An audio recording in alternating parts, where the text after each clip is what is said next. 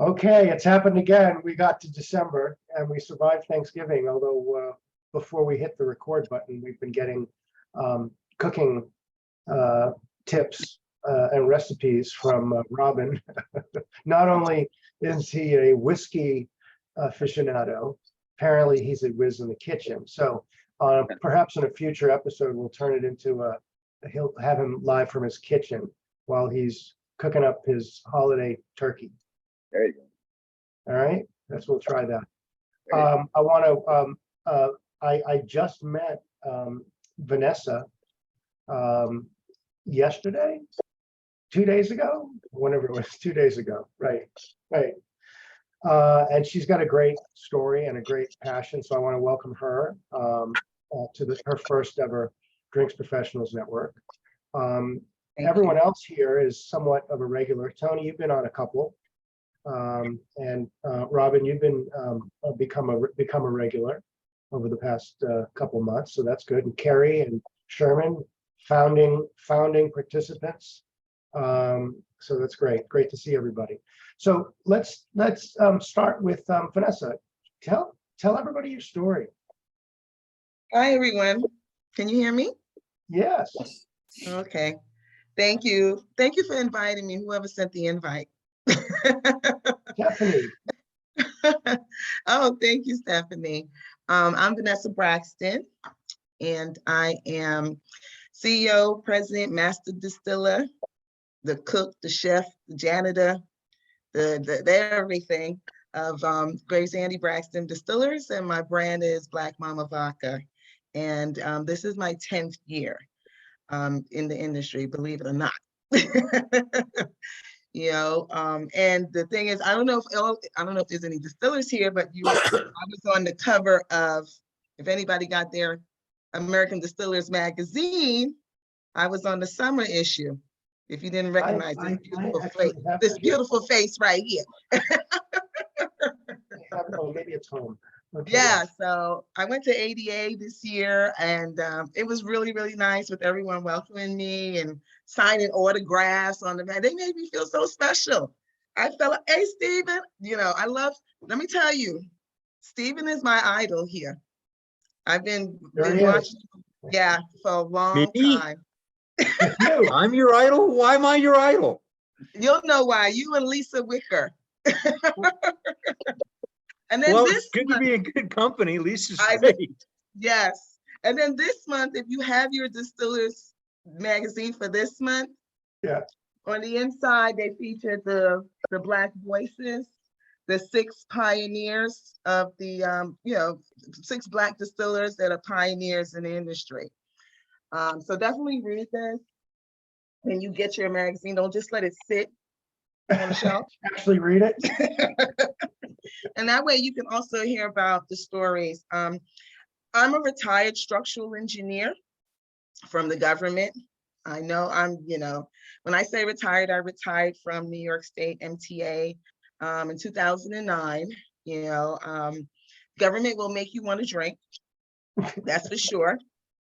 But just think about it, I love this industry. It's still a bioprocessing product. That's the way I look at it, and you get to make people feel good. Just think about it. In 1987, when I was in engineering school, I used to make something on campus called Funky Cold Medina at Pratt. And I was the liquor lady in 1987. That's how far back. I'm not as young as I may look young, but I'm not. But when I retired from the MTA, and in 2009, I moved to California. I did co-distilling with Ben and with Dr. Sanat Bernecker, Covell. That's where I kind of perfected the Cothi. And then I opened my own distillery, right here in New York, in Long Island, good old Long Island. And I'm the first African-American woman distillery in the US, going on 10 years now. And still, no pun intended, with a still. I do a lot of tea infusions. I make, I make Black Momma Vodka. This is like, we're going into our 10th year. But I had to change it up. because when I first started, it was all corn, but then now everybody and their mama is using corn. So then I just recently jumped to whey. So I started distilling with whey, and that's what the story is about. It's very few of us that's using it. It's a different way of blending and using whey. You get the wash for free, so why not? If it's free, it's for me because of the creameries. You just have to use a different type of yeast because of the lactose. It's not the same type as you would do with grain, but it has a very good taste and a very good finish. And I like it. I do infusions with teas. I make a chai tea vodka, green tea vodka, pomegranate tea vodka. I own a tea cafe, so I import teas from everywhere. I've been doing it for 10 years. So I distill with tea and I do infusions with tea. So I've perfected that where it's all infusions, it's all distilled. And then I do a private labeling for other people because I got to keep my lights on. It's hard in these distiller streets trying to get on the shelf with these big brands, so you're hustling and moving and you know how that works. But definitely the good thing is I have 65,000 online customers because I get to do direct to consumer, which has really saved a lot for me. Yeah. So I think Discus has contacted me. They want me to be a spokesperson for the DTC for the other states, but I've learned how to navigate this industry out of a necessity because you all know there's less than 1% of minority, and women owned distilleries and brands. And so, that's where I fall. And I try to help a lot of Black owned brands, Latino brands. I do make private labeling for their brands and trying to help them to get out to the market. I've been with RNDC, Young's Market, Southern, all of the spiel, and I could do this in my sleep. And thank you for having me. Well, that, Carrie. Carrie, Carrie. Carrie. I have a question. So where are you? Are you still in New York? Are you based out of New York? And what states are your products sold other than direct? I'm in Long Island. If you know Long Island. Yes, I just moved here. Yeah, I'll be there Long Thursday. Island? I lived in Long Island for 17 years. Oh, I live in the Hills. But I lived in West Islip, so I'm right down the street. Okay, so then you would know Wyandanch. Girl, I'm in the hood. Okay. I'm right here in Wyandanch and where do you distill your stuff? in Wyandanch. Really? Yeah, North 19th Street. Right by the Wyandanch train Thursday or station. Friday. Mm-hmm. And then I have a tasting room around the corner on Colonial Springs by Usedan, which is the Wheatley I know Heights. Colonial Springs, yeah. Yeah, I have a 4,000 square foot Black Momma Tea Cafe with a tasting room and a bar and everything in there. In New York, they allow you when you have, like mine is a full production facility. I don't have a tasting room here, because I do full production. So New York State allows you to have 5 additional tasting rooms when you don't have one attached to your facility. And that's what I want to take advantage of in terms of doing that. And also I get to do a lot of the direct to consumer and have my own customer list and get to do a lot of different things. We have a marketing permit, so we can sell direct, which is great. So I have to use that. And I'm in 43 states. I relaunched the brand this year because I changed my packaging out of from having the old packaging, which was very heavy bottles from China, and it was 6 in a case, and what I did before this mess with the pandemic happened, I decided that I was going to change my bottles, and we do our own sleeves in-house. So I work locally with the printing company right here in Deer Park. They make my sleeves. I'm in control of my supply chain. I bring in the bottles. Even these I get from France. I just changed everything, which has been very, very good. Even though glass is still expensive, I've been able to get these, from Canada. But now I found a glass manufacturer in Georgia that I'm partnering up with. So yeah, so they're from Japan, and I'm hoping whoever needs glass that we can Georgia, all- the country, or Georgia, the state? Georgia, the state. Really? We're I on didn't it, even- where we are. Yeah. Yeah, so I, Wow. teamed up with them. They have a full facility and they want to start doing it, having it 24 hours a day. They just need the orders. So I will be reaching out to all of you because I would like to co-op, if they can get 300,000 bottles on an order, then it could be constant. So I'll be reaching out to everyone. I'll send everyone and the pricing, what I saw was at 40 cents a bottle. I didn't even know. Michael, did you know that we had a glass manufacturer? Well, you probably No, did. No, okay. I mean, I never heard of this. Livonia. Yeah, that's Oh, almost that's to like South right- Carolina. that's right on the border. Yeah, South Yeah. Carolina border. Mhm. Yeah. So That's that's crazy. what I'm at. Yeah, I just teamed up with them, which is great. They built it out, and supposedly they have a 0 carbon footprint. I'm like, I don't know how you expect to do that with a glass with a furnace. Robin, you want to- Hey, Vanessa, I've got a question. So can you give me a little bit of back? It's very interesting, your label design. Why is Black Momma backwards upside down. Yeah. Upside down. or upside down? And yeah, it's upside down. Yeah, right. So why is that? We were drinking. And the rest of the people were smoking. So That's It took- literally the answer I was waiting for. it took all of 15 minutes to do this design. We didn't hire a company or anything.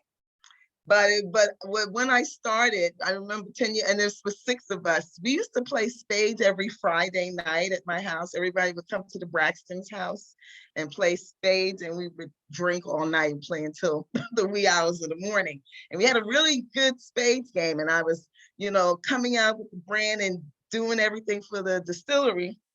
And I said to my husband, you know what, we play spades. I'd like to have like an upside down heart, and call it Black Momma.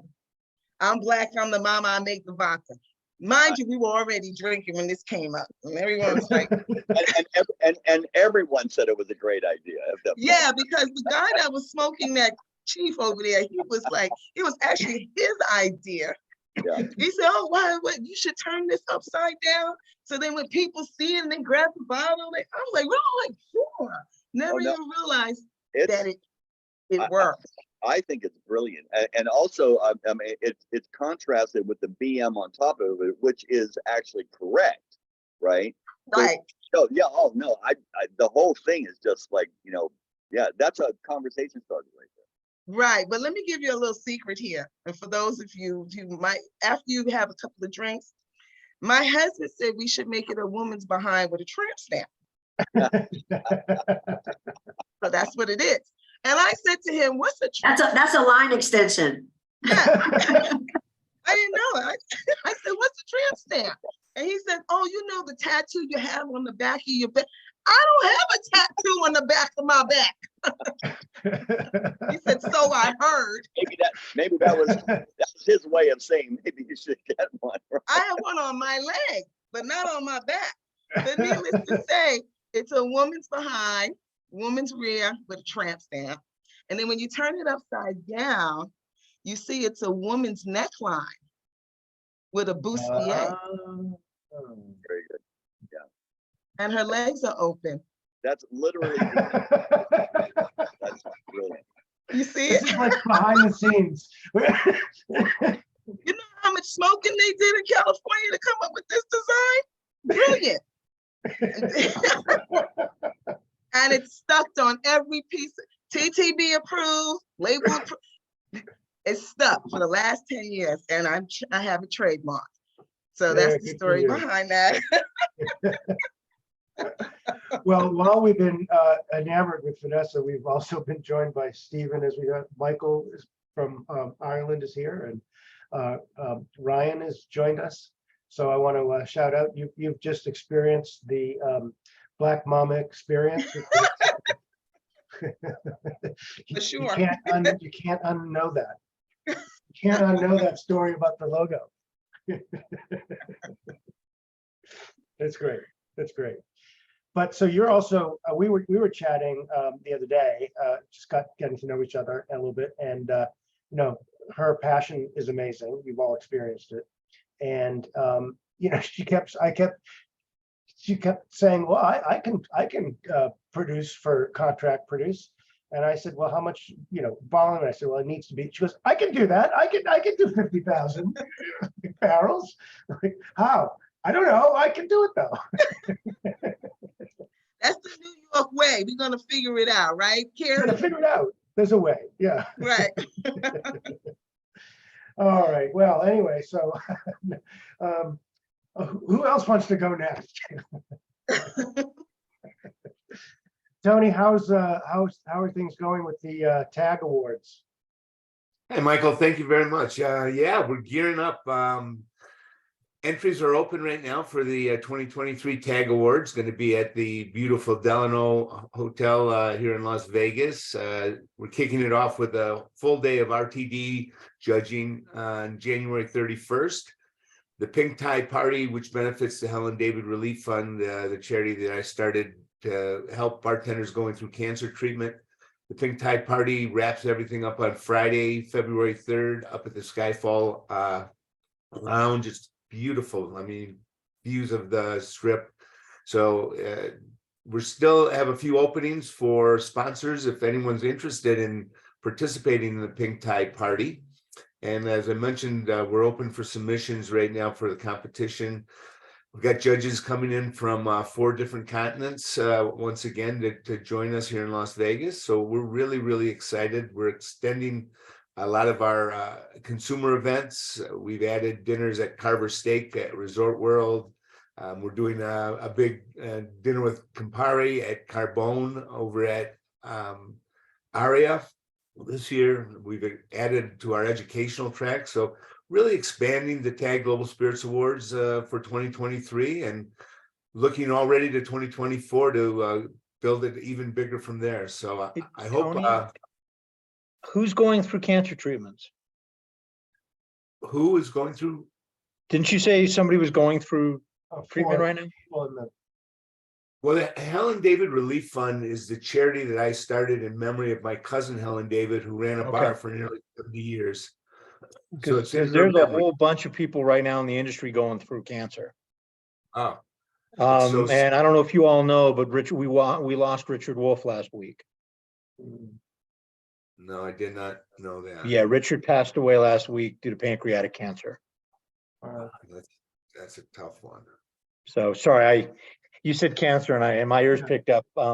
There's about a dozen of us, and when I say us, I do include myself, that are in active treatment right now, that are around the industry, that are all in touch, that have sort of an informal support group. Well, the idea behind the Helen David Relief Fund was initially, Helen was a 2-time breast cancer survivor. So it was initially geared at bartenders and their families who are going through breast cancer treatment.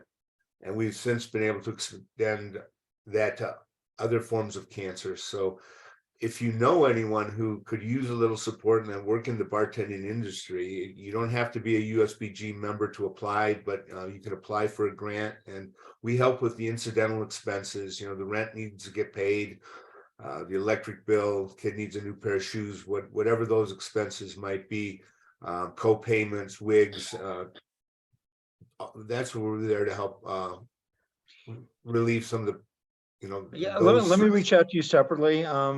Most of the people I know, I think don't need that kind of help right now, but it seems every time I turn over a rock, because I've been going through this for a couple of years, somebody says, "Oh, you know, such and such is going through this as well," and some of them and some of them have been very open about it, and some haven't. So yeah, let me reach out to you separately. We're connected. We know a bunch of things, same folk. I actually think Nectali mentioned you were doing something to me a while back. So yeah, Nectali's been a big supporter. You know, we have our Team Negroni bicycle team that we do rides around the country to raise awareness and funds for the Helen David Relief Fund. And like I said, Nick's been a big supporter, and he's actually hosting us for the TAG Global Spirits Awards judges dinner at Cleaver. So Very cool. Ryan, He's you a want to great- jump in? Hi, Tony, Ryan. We haven't met before, but nice to meet you. I'm in Vegas Hello. as well, and I would love to help you with your event and find sponsors, ask my clients. I have Spirit Brands as clients, so maybe we can get them to sponsor as well. I would love that. That'd be fantastic. And I'd love to meet you in person. So maybe offline we can exchange emails and Yeah, and you've got each other's contacts on the list that Stephanie circulated prior to the meeting. fantastic. So she's talent booking experts, and you are the modern mixologist, that I know. Yeah, I would love to Thank you. help support and get you whatever you need for that. So that would be great. Vanessa, Tony, if you can send me information on that just as well. You know, we recently lost my cousin to cancer and my sister-in-law. You know, my cousin is Tracy Braxton, Tony's sister. So Oh. that was last year, March, when that happened. And I'm doing something for the family for this anniversary for March 12th, you know, on her year of passing with the family. So definitely send me information on that too. Definitely. Gary? I know it's a spirit event, but people can't drink spirits all the time. So I don't know if you already have a Prosecco sponsor, but I was thinking maybe a Prosecco Rosé for the pink event. I don't know if you already have somebody filling that category, but I could probably try to help you out with that. Well, thank you very much. That'd be very kind. Yeah, it's a beautiful event. We are expecting 700 people to attend. It's just a beautiful room, and a sparkling rosé prosecco would be lovely. So I'd love to get you some information on participating. And love to invite everyone to come out. It's a great party, and it's for a great cause, and great people. Tony, I can help And with that's staffing February too. 3rd, you said? I'm sorry. That'll be Oh.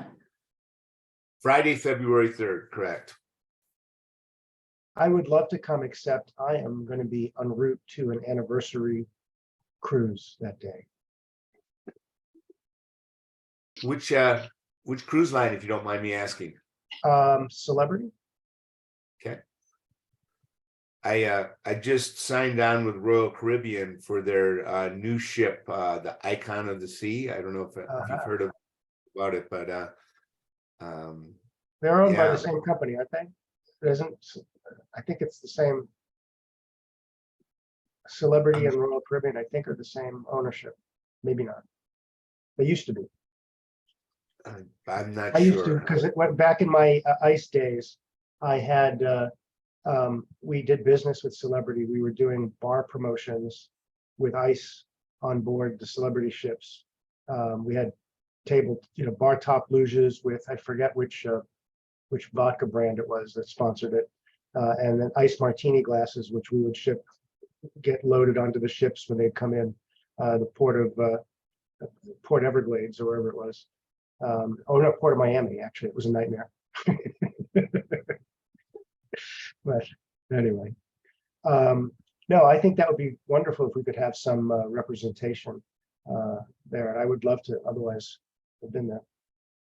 Well, you can go check out the website. Would be the easiest thing right now. It's on tagspirits.com, and it'll show you a lot of the different consumer events that we're hosting, the dinners, as well as how to enter. Vanessa, we'd love to see Black Momma represented at the Spirits Awards, and you get a platinum medal. That won't hurt your cause any.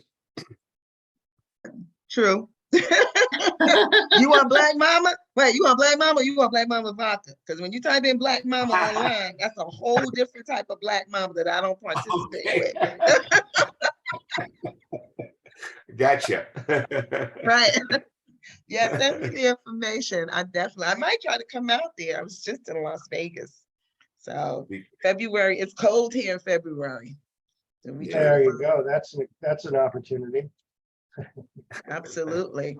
You know, it won't be, I'm dating myself, not dating, but I remember, do they still have the bar and nightclub show? They do, yeah. Yep, bar nightclub show usually in March. Okay. But now Yeah, they changed it to the restaurant and Yes. restaurant and That's right. club show or. yeah, okay. Fabulous 3 to 4 days. It's a blank after the 4th day. Gotta go home. I know. No, but that definitely, I'll definitely participate. All right. So, Michael Clancy, what's new on your side of the ocean? What's new? Just trying to think. First of all, I just was very intrigued by Vanessa there. Your excitement about your brands is infectious, which is great to see. So congrats on that. When I came onto the call, you were talking about the vodka and something about made from whey. Is that correct? Yes, From whey. So yeah. So just point of information, that process was actually invented in Ireland in the 1970s by a company called Carberry Milk Products. wow. Yeah, and it was started up because whey essentially was a byproduct of cheese making. Mhm. And at that point in time, they didn't know what to do with it because they were making loads of cheese and selling loads of cheese, and the whey was a waste product, and you know, some of it was ending up in rivers and things like that because they just couldn't get rid of it quickly enough.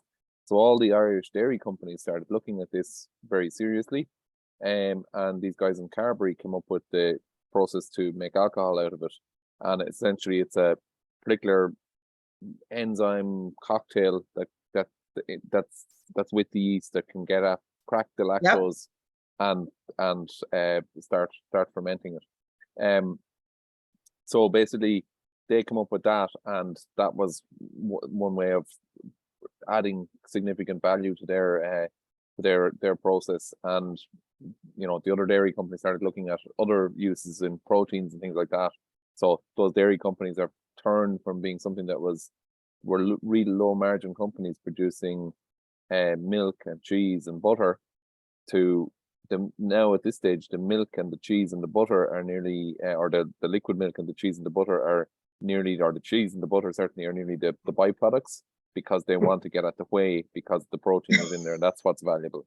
So there's it's a very interesting one. But we actually use that in that's what we use as our neutral spirit, is a whey based neutral spirit from them in Ireland. And we use it for our gins and vodkas, and it's really nice to work with. It's got an amazing mouthfeel to it. Yeah. And it's got a really nice kind of fruitiness to it, in as much as a kind of a neutral spirit can have fruitiness, but it is lovely.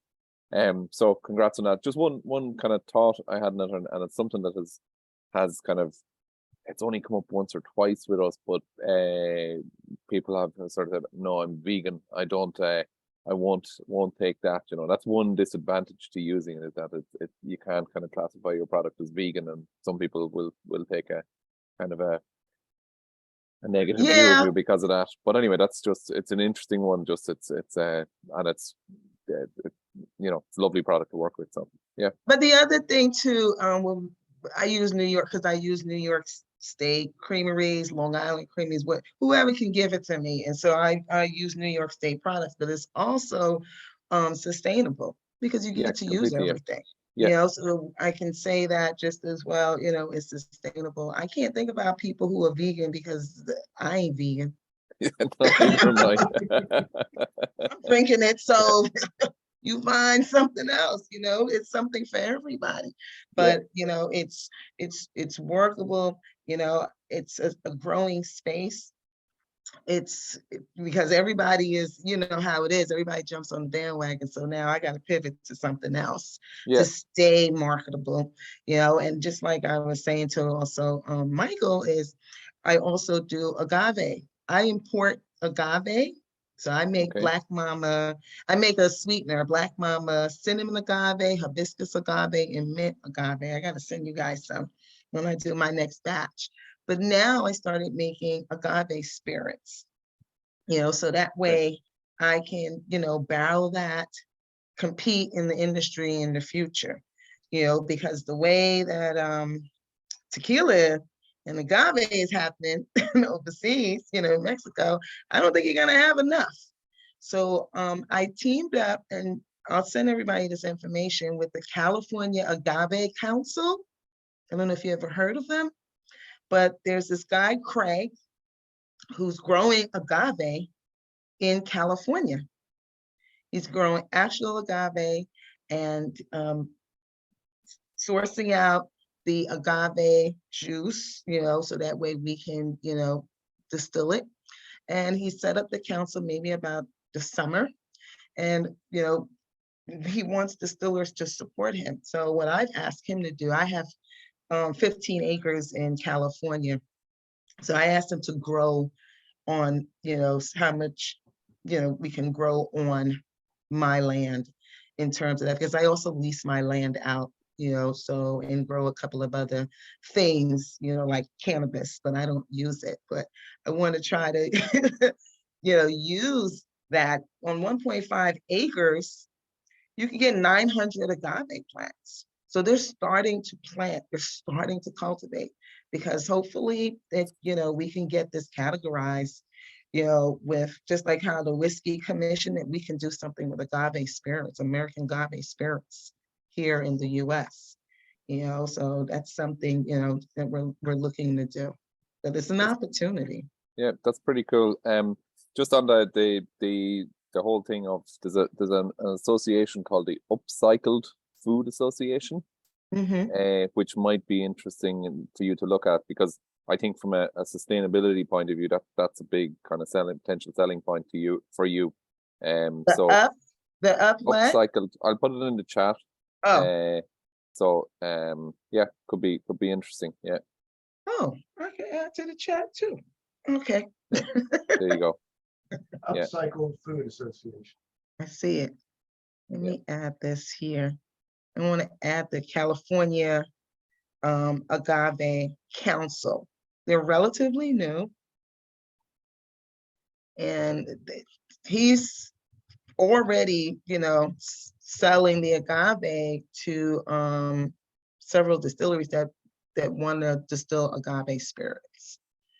So I actually distill agave spirits for a client. He has a margarita, or whatever it is, a frozen margarita place. He's Italian, he does Tony tacos, but he has these frozen margarita machines. And I've convinced him to buy, 250 gallons of agave spirit from me, instead of going to Don Julio and getting, a liter of, the tequila. I mean, it's agave spirit. He's just, pouring it into his machine, and I'm giving him a better price, and I'm local. So why not just use me?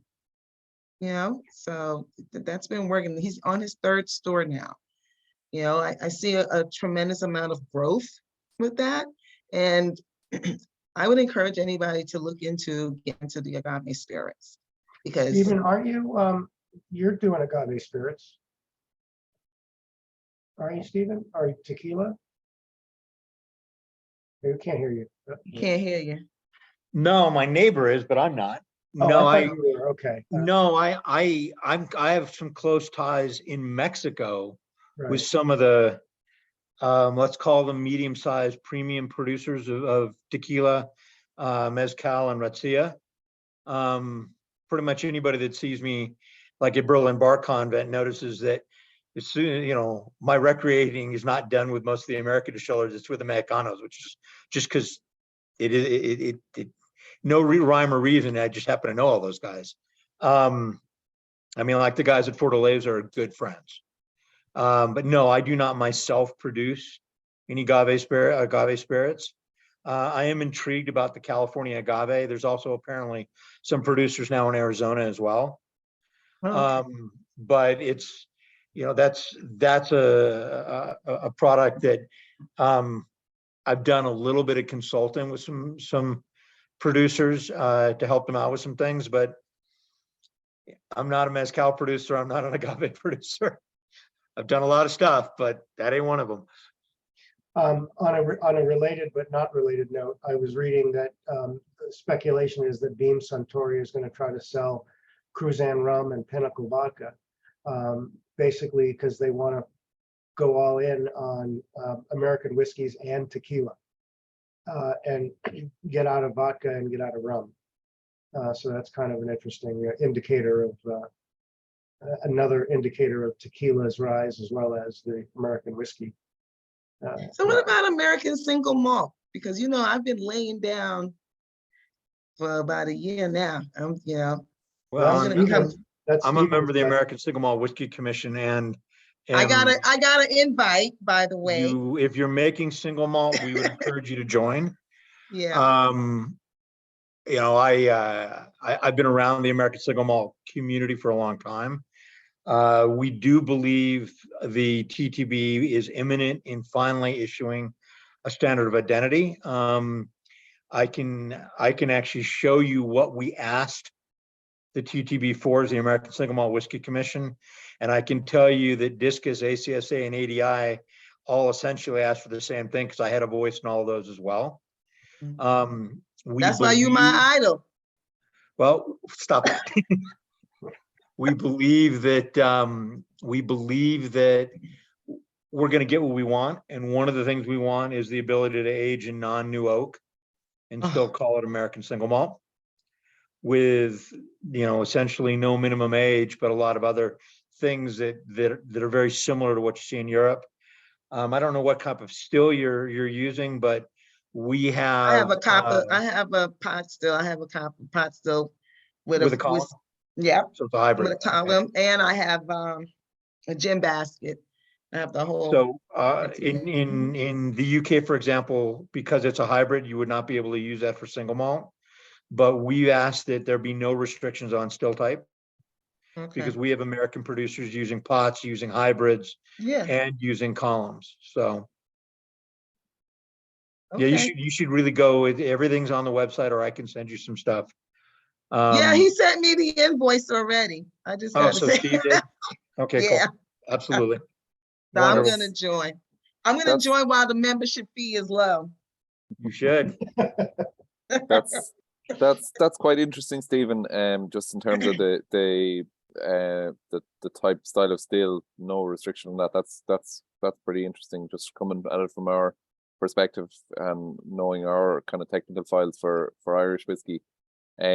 Just an interesting point that might be relevant and something to flag up with any of you who are in the whiskey space is there's kind of moves around sherry casks. You may or may not have heard about this, that basically there's a certification scheme being put in place for anyone using sherry casks by the Sherry Council.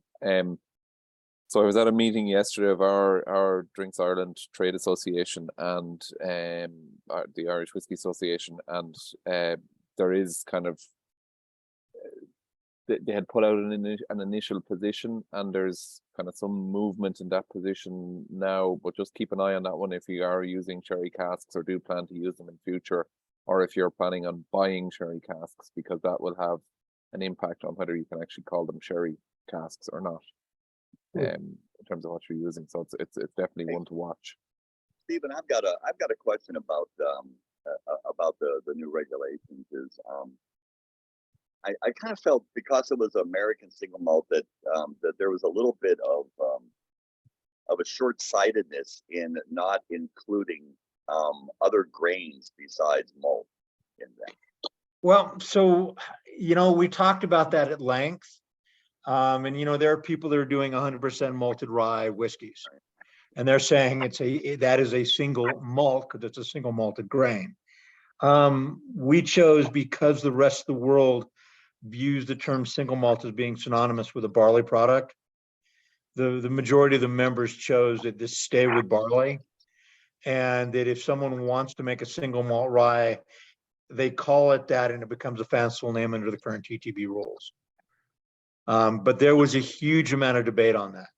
Yeah, I guess just my 2 cents late in the game on that is that what you're doing is adopting a traditional standard, and here is America coming into this for the first time, and America is a country of multiple grains, and rye being really the Native American spirit, and that's pretty much what I was really focused on, is like, the lack of rye in that. And I'm going to argue with two different things that you just said.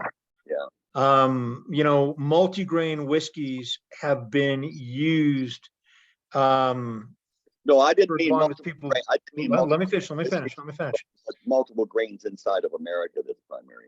Well, but multi-grain whiskeys has been made since as far back as distilling has been done. We distillers are very pragmatic people. Rye whiskey was actually first distilled probably in continental Europe, and the first rye whiskey made in America was actually made on the orders of the executive director of the colony of New Amsterdam in 1640, who was a Dutchman, and it was a Dutch colony. So that's now New York. While people say rye is the American whiskey, by the 1600s, when America, was still barely colonized, rye spirit was actually incredibly popular in the Netherlands and Germany. And I don't discount that, but and that's true. That's a good little history thing there. But yeah, just keeping on the focus of not including other grains inside of the new regulations. Was it a close vote? Was it was it it was the vast majority of the American single malt producers that are part of the Single Malt Whiskey Commission wanted to leave it with barley. And that's not because of the large guys that were actually leading this. The large guys are not members of. I don't believe. Well, I don't want to speak out of school here because I may be wrong, but there's 124 of us currently. And the last time I looked at the list, there was about 116, and I don't believe any of the majors were members at that point in time, with the possible exception of Proximo, if you consider them a major, and Westland, which is Remy Cointreau now. Right. So, but just in the last 4 weeks, you've also had Balcone being bought by Diageo, and Balcone was a founding member. Jack Daniels or William Brown-Forman has announced their entry into the single malt category, and Steve Beam has announced the Yellowstone entry into the single malt category. I can tell you that, having spoken to both Beam Suntory and Campari within the last 2 weeks, they are both aggressively looking at moving into the category as well. But they are all very focused on single malt being synonymous with barley. And I know there is a very vocal minority that says, well, what about malted rye, or what about malted wheat, or it's even malted corn? And yes, there are people that malt corn, though I have no idea why you would, because that's a whole nother science area to discuss. But yeah, it's that has been a lengthy discussion, and it keeps coming up again and again and again. So what do you think the timing is for TTB to? So TTB asked for industry comments to be delivered by our public comment to be delivered by the 27th of September. And at that point, we believed it was between 30 days and 12 months. And knowing TTB, we're right on schedule. So 30 days to 12 months. Just guessing. Yeah, fair enough. All right, so let's see, Sherman, we haven't shown the spotlight on you.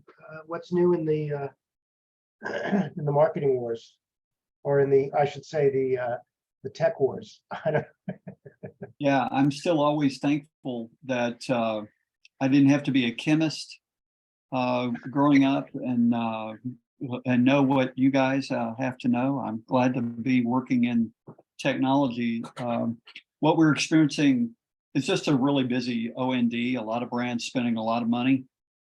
We have heard that some biggies have cut back on some experiential spends, some of those 6 and 7 figure experiences that they had on deck, anticipating some recessionary activity. We don't necessarily play in that particular world right now. We play in more realistic, regular activations. But we are excited. It's a month for us. A wide variety of brands doing everything from on-premise activations. You guys might have seen the blender bike. We've got one of those on. We'll have a standing on and blend their own margarita. So that's kind of exciting tonight, and should be fun. I may be breaking up. Is my internet think you connection are. bad, Michael? If you are breaking up. Sorry about that. But it's just a really good month. We should have great momentum going into January with respect to brands doing lots of sampling and activation work. And for those that don't recall, our technology allows for the deployment of drink credits out through a mobile app. And, you know, some brands are starting to use us for that work. It's been a long, wonderful fight, and becoming more real all the time. So we're also looking, Michael, at, you know, starting to do some work for event spaces in town where we do pop-up work and leverage our software to help them magnify their revenue by weaving brands into their event space. You're talking about like holiday pop-up bars, or? It'll be themed all throughout the year. You know, we get about 18 million visitors a year here in Nashville. Doesn't really matter. 15,000 bachelorettes a weekend. Oh, You right, know, right. you give them an excuse, they'll show up. Yeah. Buy the bride a drink. Exactly. Bring her in. Are you doing that in New York? I'm sorry. Are you Not- doing that in New York? Not yet, but it's on the radar. And we launched here in Nashville. Our next market will be Atlanta. We've got a couple of places active in Dallas, and we are starting to work for a brand that has activity on Long Island. So that may be our first action up there. As soon as that begins to take place, I'd love to reach out and chat with you about it. Definitely. Yeah, it's a lot of fun and effective. Okay. So I'd like Ryan, to definitely how's keep me your, in mind. are you seeing some of the same things Sherman's seeing about the end of year spurt? Ryan? I'm sorry, I didn't know if you said my name or not. Say the Yeah. question again. No, I was just saying, you were listening to Sherman, and are you experiencing an end of year craziness with lots of events and samplings? What I'm seeing, so we launched I launched a podcast since we spoke last, and I've been interviewing brand and talent, trying to bridge the gap between the two. And I've been learning a lot in that space. Our end of year is always busy, but the bars and restaurants are heavily active.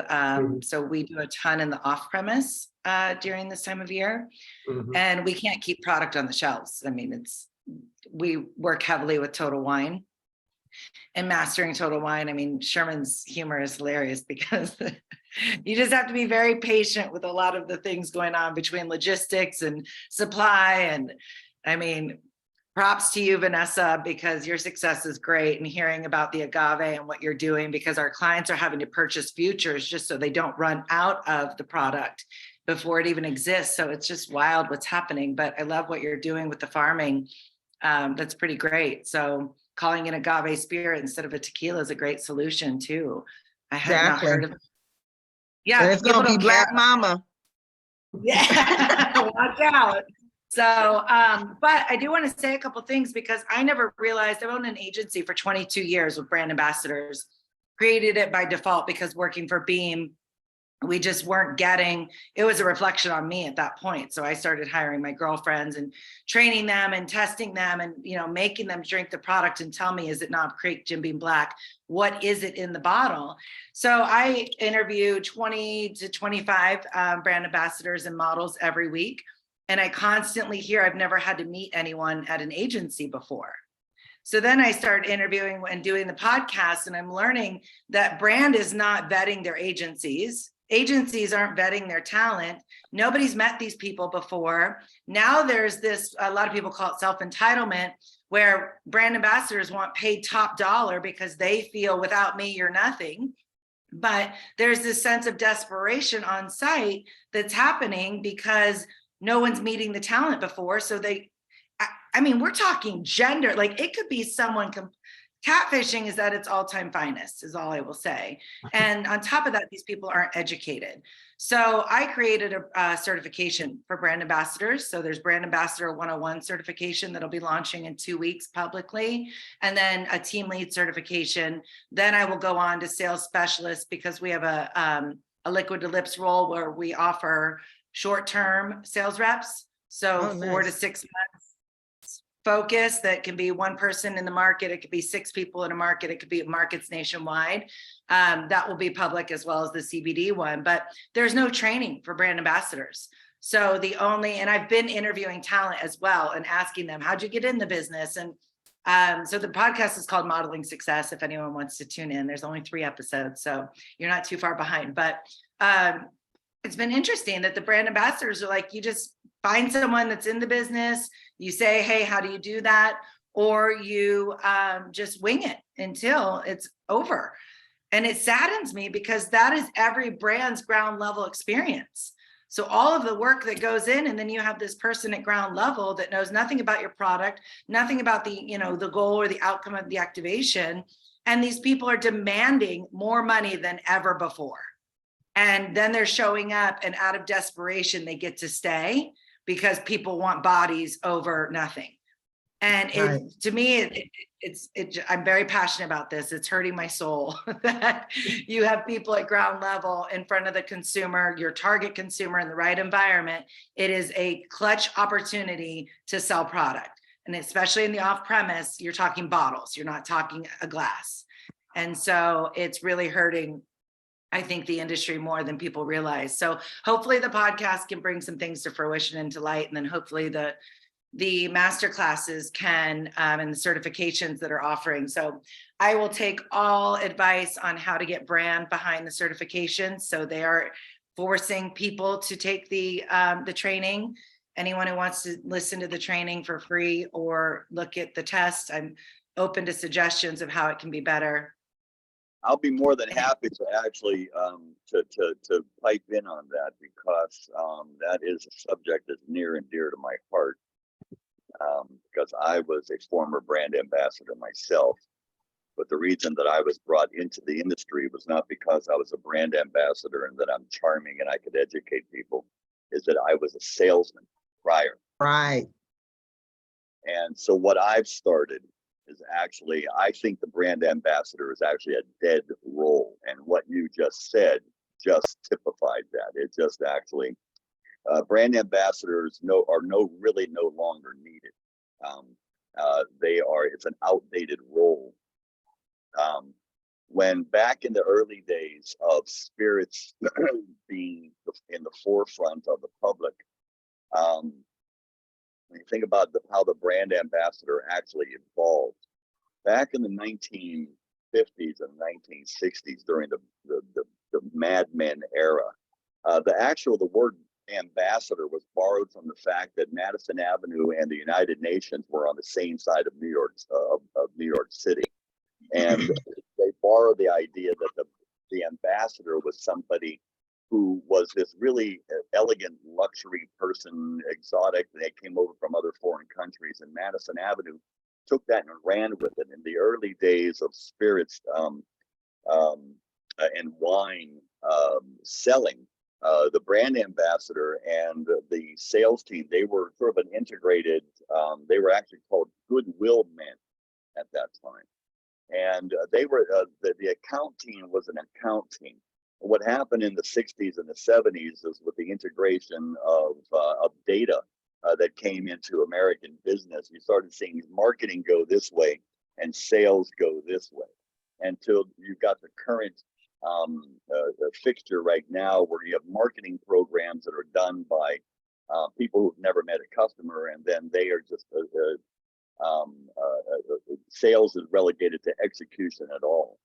And when the brand ambassador was reintroduced, it was, essentially it was one man. It was Evan Catanack, who was brought over from Scotland, and he was a former master distiller for UDV. And he had a great Scotch accent here and everything like that here, and he was able to really kind of set the tone for what the new ambassador was, which was more of a cultural and educational ambassador. And what had happened over the years is that their relationship to the actual sale started moving further and further and further apart. So by the time you got to Simon Ford and you got to Charlotte Boise and people like that who came in from a drinks perspective, the brand ambassador was totally removed from the entire sales perspective. And what we see here in the industry is very much like that. Now, I came from the high tech industry, and I can tell you that sales and marketing weren't even on the same floors, right? And at the end of every quarter, essentially, they pointed them to each other. This is why, our profits died, or if, they're both taking credit if they actually did well, but very separate from each other. So what we've got right now is a scenario where brand ambassadors are so divorced from the actual what's going on here. And when I left Compass Box, I was brought in as the brand ambassador for Compass Box, but my role evolved into the national sales manager, national brand manager, and I worked 34 markets across the United States with that one little product. And I used to have to spell the word artisanal. So this was like before the rise of the small brands came up, or the small craft brands. So we were out there planting flags. I was out there planting flags in the snow all the time. And you get a real sense of how this liquor industry works. Now, we all know this is some gangster bullshit going on here. Mhm. That's been left over since the end of Prohibition, right? So a lot of this has not gone away. I actually have a sales program. I do sales training. I have a 2-day sales training program. And I tell you, I don't want your brand ambassadors unless they're willing to be salespeople. And I don't want your salespeople unless they're willing to be brand ambassadors, right? So there's this hybrid role that now actually has to exist, especially from a brand perspective, when you think that a brand cannot close a sale unless, for example, like, Vanessa was saying in New York, where you have that farm license where you can actually go and sell direct to the trade. But for the most part, you're working as an advocate alongside the distribution partner of choice. And that in itself is its own mastery of different set of techniques and of skills. So the brand ambassador, the way it is right now, is a completely, it's an outdated motive right now. And I think it needs to be, the entire industry needs to really kind of shove it away and morph it into something that is actually much more sales oriented, because that person behind the table at a liquor store, that person, you put like a model or something like that, that's a wasted opportunity right there. Absolutely wasted opportunity. A salesperson can tell a story and has a personality and something like that. That's the person you need, because it's a sales mentality that actually does all of the data collection while you're in there to make that determination, whether or not, after I leave, that I've got a long tail after this, right? Because that's really what we're looking for. We're looking for the stickiness of any one of these interactions to happen, right? Making the first sale to any one entity is the easiest thing in the world. Make the second and third sale, now you got a brand. Mm-hmm. Well, I will add to that though, because we had this conversation last night. So we collect data. Well, first of all, I'm going to back up. I didn't realize that for 22 years, met every single person that works for my company and have interviewed them to see if this exists in them, right? That they understand what the role is of a true brand ambassador. And I met with a competitor last night for dinner, and we collect data at all these events, and brand never wants the data. And it blows my mind. Right, because the brand doesn't know that they, and that's how, and you just hit it. You just hit it. It's that old gangster thinking has integrated itself so heavily here that the brand doesn't know that it needs that data. They don't know. They don't. I think they don't know what to do with it. Well, they don't, and I'll tell you why, because they have marketing people who yesterday they made a decision. Should it be liquor or should it be paper towels? I think I'll pick liquor because that's cooler, and they have literally no investment in the industry, and the brand isn't wanting to retarget. And that's what's driving me a little wild is why would you? It's mind blowing. Vanessa wants to jump in, but this also is very relatable to Sherman because the whole concept of shared spirits is making that data and the ability to remarket to anyone who's tasted this product that's a critical value. That's why absolutely that's the future. Absolutely. But but not only gathering it, it's remember, it's got to be actionable. Using it, implementing it, like looking at it. Who is your true target consumer? And let's start treating consumers like people. I agree.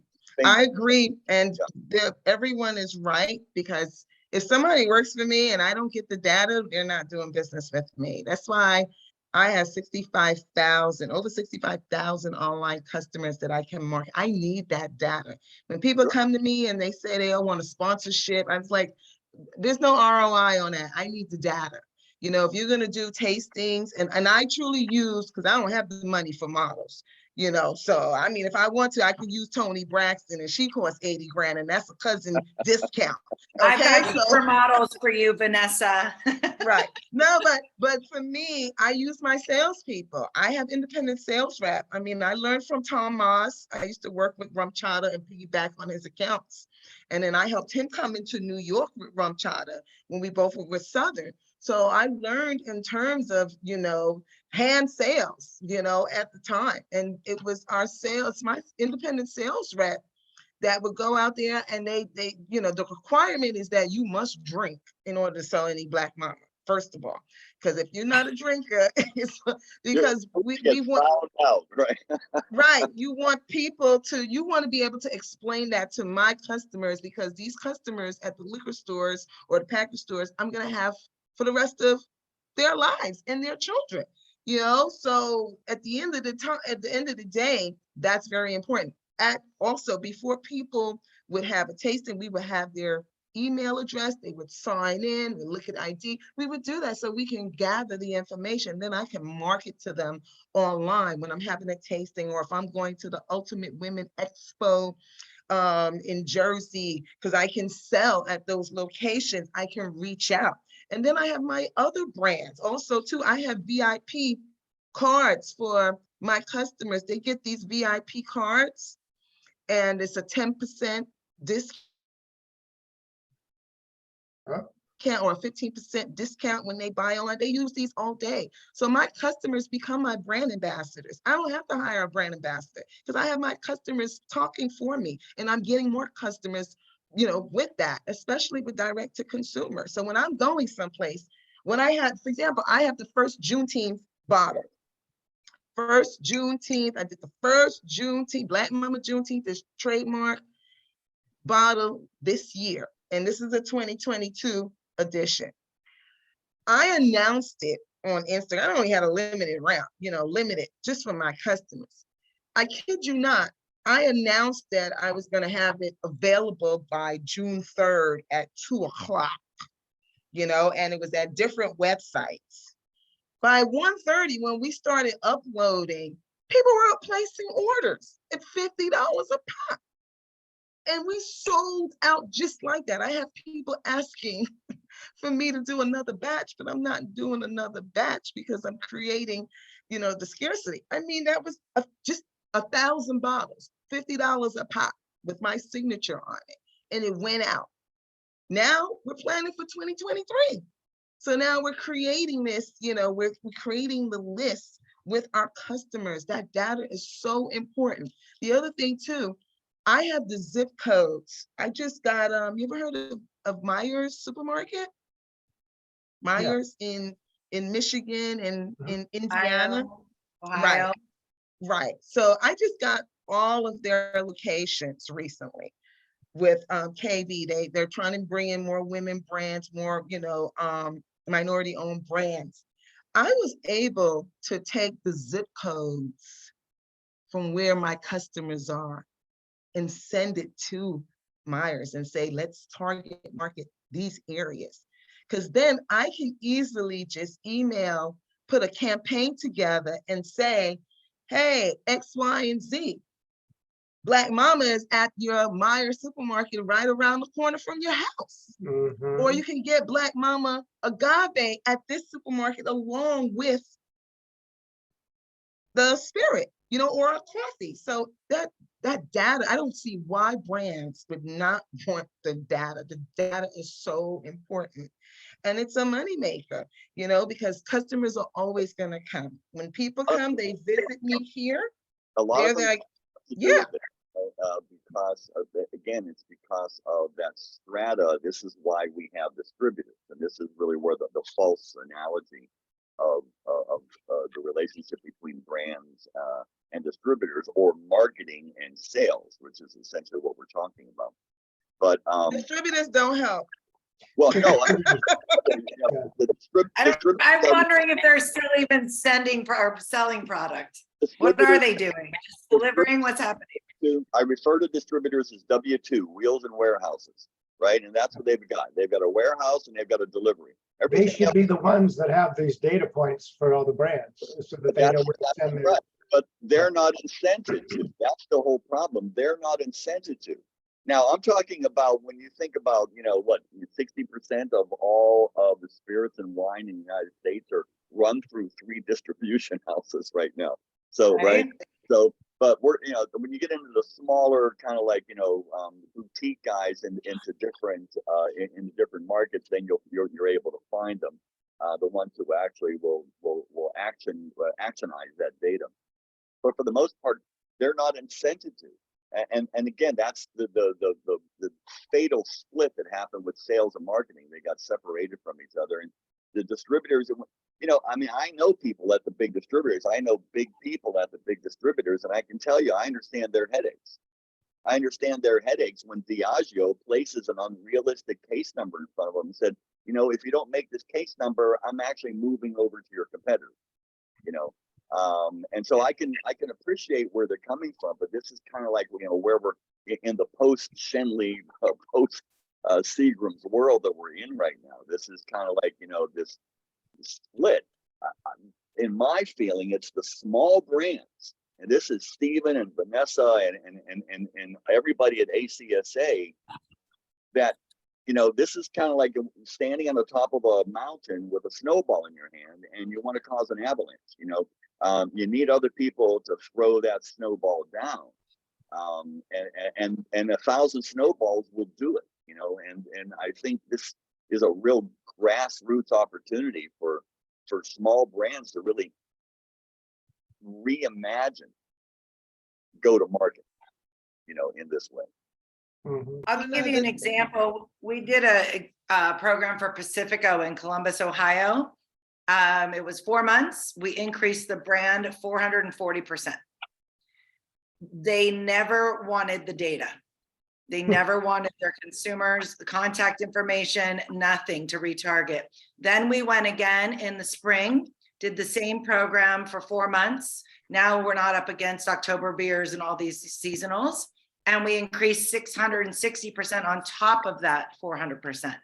Again, what was the never program? asked- Was it an event? Never Was asked it for a tasting? Like, what was the program? It's that liquid to lips program for the sales reps, where we put just a one body on the street, and I do the scope of work for what makes sense for the brand. And we blew it out of the water, and they never asked. And then again, I just had a client, it's a tequila brand. They sponsored Life is Beautiful, which is a huge festival here, paid 6 figures for the festival commitment. They spent $30,000 on media. just in Uber rides and whatnot, and never did any data capturing. They want to put a body on the street. They don't want to spend the money to put the body on the street for sales, but they'll spend 28 grand on media buy with zero return other than popularity. What's interesting, and again, you're pointing out the profound ignorance that has been inculcated in brand thinking, think about just as in your everyday life as a consumer, we sell things, but we are also people who buy things, right? And when you think of your everyday life as a consumer, we all know that you like to buy from people that you like. That's actually really number one. And you like to buy from people that you trust. That goes along with it as well. And even in the world of Amazon and clickbait stuff like that, that still is a predominant consumer motivation. When you are cycling people through a role for a particular brand, which is what marketers do. They cite. This is again why the brand ambassador, the idea of the brand ambassador, is an outmoded concept. When you're cycling people, what is it that you think that actually does to the buyer? How do you think that actually has an effect on the buyer for a major retail chain, or a bar manager, or a bar manager that's actually managing a large? What do you think it does to them in their relationship to the brand? And what it does, it starts to erode confidence. And you become now not really a brand, but just a product, another product. And essentially, in a product, you're going to lose the Diageo and Beam Suntory because it comes down to a price war, right? But this is, again, where small brands have this ability to actually make this change about selling the idea of the brand and not really selling the idea of the product. And it's not just that one interaction, it's the long-term interaction and how that's perceived by the people in the trade, especially in the trade level, that are perceiving how that purchase gets made. And for that, then you need people who are on the ground and that are committed, that have skin in the game, as we used to say, right? Which means that they're paid something, but yet their skill set is reflective of their pay, and the expectations put on them are reflective of that as well. And right now, that doesn't exist. We live in a permanent gig economy. And when you have gig economy with people just floating in and out, this structure never gets rebuilt. It just has an echo of the old structure, and it just fritters away. And this is what I'm afraid is endemic throughout the entire spirits industry. A part of this that I've when we first started Victory, we actually carved out a line of business that was going to be in the area of developing influencers, in the sense of not just social media influencers, but brand influencers. And part of that was to be training for bartenders, because ultimately your bartender is your most important brand ambassador. And if they don't understand the story behind the brand, or not just the product and how it tastes, but just the excitement behind the brand, that's a point where it's, I've always felt like if your brand, you've got to have a compelling story, and it's got to be something that is going to be memorable so that you can present that.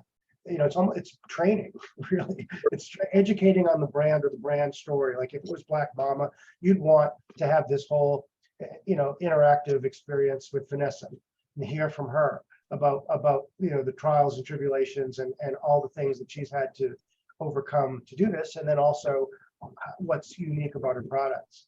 And so I think I'm just throwing that out there because I do think, Tony, you obviously you're coming from that world. And I've gotten pushback from some clients who say, well, we can't commit to training all the bar staff. And I'm like, well, why not? And it's not just training them. It's not, they don't have to sign up for a course, but quite frankly, it's targeting them with some information or inviting them to a virtual tasting, something like this, to understand and meet the people behind the brand. And then they can advocate for it. It doesn't pay people. And you know, when you've got bean counters running this entire thing from the top level, essentially there's no money in training. There's no money in training. There's, you know, and you know why? Because if I train them, then they're just going to go off and actually work for someone else. And that is literally the level of thinking that's going on right there. So when you think about how Gallo probably had the most significant training program in the spirits world, right? I mean, they really were the ones that kind of set up the idea, even looking at a shelf, that there's an ABC shelf, for example, you know, and what they did was codify a lot of the sales behavior and put it into a training program. Well, the Gallo training program doesn't exist any longer. And everything that exists out there are just mere memories of what that was, that's actually, you know, in place by people who may have heard about it. You know, just like I knew the people that used to take over bars, and they were the bar manager because they read a book by a guy who knew Dale DeGroff, you know, and so you actually have that sort of like echo of what's going on in the industry. And with all due respect to Tony, you know, I've always been a little bit hesitant to bring bar people into this area right here of actually sales, because I didn't see that there was any desire for a lot of them to do that, especially during the peak years of, you know, the last 10 years, when being sort of a bar star became actually more important than actually going out and actually doing the sale. And so during that time, I found that, you know, the people who actually did move into that role just didn't last very long, because they just weren't suited for it. Now that may, in post-COVID, that may have changed, you know, because I think a lot of people really, especially the entire on-premise industry really went through kind of a reset about, you know, really where values and things are. But you know, all of those things, you know, when they come together like that, there's just a lack of structure out there, and it becomes piecemeal, you know. So. It's hard. Well, this has It's been hard in these distiller streets. You mean, what's It's that? hard in these spirit streets. I've been locked in a couple of restaurants back in the day, believe me. It's hard out there for a distiller. It sure is. I think this has been really great, interesting conversation, and I think we've made a bunch of connections here that, which is what's so great about this. Sometimes you don't even know the connection you're making until, but I think, you know, Ryan, I think your podcast, which I'm going to listen to right after this because I just downloaded them, is a great topic. And I would, you know, I have some thoughts about that, and this kind of along this line of, in my former life, I was a digital marketing agency owner, and my passion was, you know, utilizing things like online training and video, you know, training for different clients. And so that's why in my head, I'm always thinking, not just, I'm working with a brand, I'm not just thinking about how do we market this to the consumer, but how do we educate people about the backstory so that they get excited about it, or see the process, and how do they go meet the person who actually makes it, you know, and then they have something to talk about.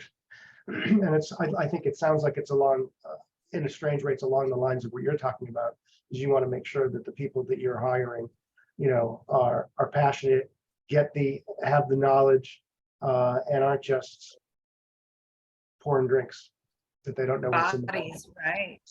Yeah. Well, I will, if anyone wants to jump on the podcast anytime, just please do let me know. I would love to have anyone from the industry talking about what's going on. And if anyone would also like to see the masterclass and give some feedback, I would love some criticism or just advice, anything. So I'm open to it. But I do want to say thank you for making this happen today. I love these. So I appreciate the consistency, and the just putting it all together is fantastic. So thank you for having me. As always. Vanessa, you have something you want to add? I put in the chat the glass company. Yep. Okay, so it'd be nice if you come through me, that way I can get glass too. Whoever needs glass, Yeah, so I have a director right there in Georgia, and I'm trying to buy some property in Folkestone.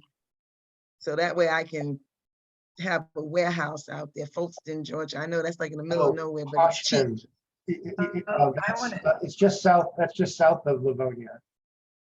Right? Yeah, yeah. Go ahead, Ryan.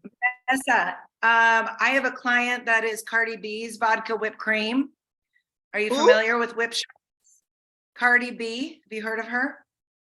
Yeah, I know who she is. Why she's not using my distillery? Who went So to she- see? People just cheating on me all the time. Listen, she has her vodka whipped cream. They have a holiday flavor, so she has 4 SKUs right now. And they love collabs. So they love to do any shared event marketing. They love to do shared samplings. They love to do collaborative recipes. So if any of that strikes a chord with you, let me know because I can make the connection there. Yeah, I know them, but as long as I'm able to sell, but I have a marketing permit in New York. So if it's anything, if I come on the scene, believe me, I'm gonna set up a pop-up shop and sell some liquor on the spot. I've done it at the train station here because that's what I need to sell. I need to sell bottles. This phone works very well in New York State, get their tax money, but I gotta sell. Well, they're in Meyer. So if you're in Meyer and wanted to do some Yeah. collab samplings, you could They can do collaborate that. on that and then only have to pay half the price. Yeah, definitely we can do that and I can, I'll definitely get the information. The other thing is, and I don't know if everybody here is, I know Steve is still, I don't know, but how is the international market? I just teamed up with UPS to do direct to consumer shipping internationally. So I'm hoping, I have a lot of international customers that I ship out to, and it's been pretty good. And right now I'm in this specific program with UPS in order to bring brands over internationally, so they're I'd setting love up to their know because platform. Mhm. I've talked to UPS in the past and we have relationships with DHL and FedEx, but internationally they've been cost prohibitive.